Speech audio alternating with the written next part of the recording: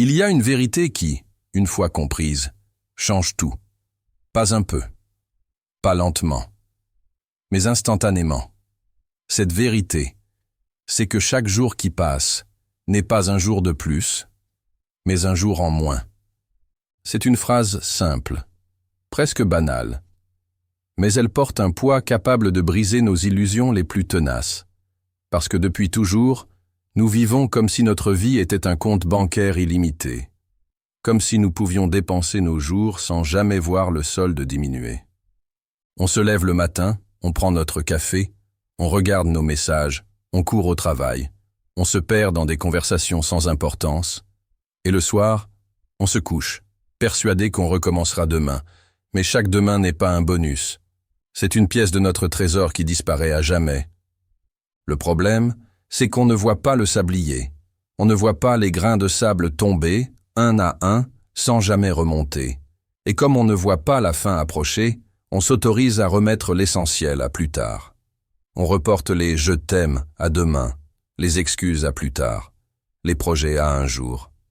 On s'imagine qu'il restera toujours du temps. Mais le temps, lui, ne s'imagine rien. Il s'écoule. Toujours, sans pause, sans pitié. Et ce qui est plus douloureux dans tout ça, c'est que chaque personne que nous aimons a aussi son propre sablier. Et leurs grains de sable, eux aussi, tombent en silence. Nous vivons comme si les autres étaient éternels.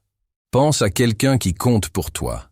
Un parent, un ami, un mentor, un amour. Maintenant, imagine que tu sais exactement combien de jours il ou elle lui reste à vivre. Imagine que le chiffre soit affiché au-dessus de sa tête, comme un compte à rebours. Tu crois que tu continuerais à reporter ce coup de fil? À repousser ce repas ensemble? À préférer scroller sur ton téléphone plutôt que de passer du temps avec lui ou elle? Non. Tu ferais tout pour ne pas gâcher une seconde. Chaque moment serait précieux.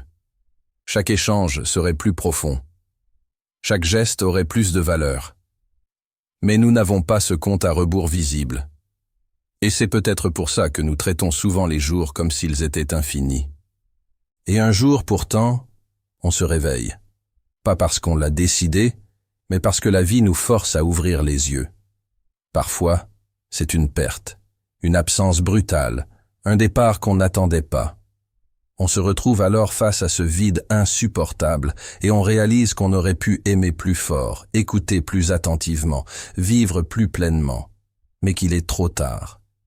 Et cette douleur-là, c'est la plus lourde.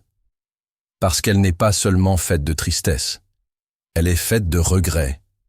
Les regrets ne naissent pas du manque d'argent, de réussite ou de gloire. Ils naissent de ce que nous n'avons pas donné, de ce que nous avons laissé passer. De ces « je viendrai la prochaine fois » qui sont devenus des « il n'y aura plus jamais de prochaine fois ».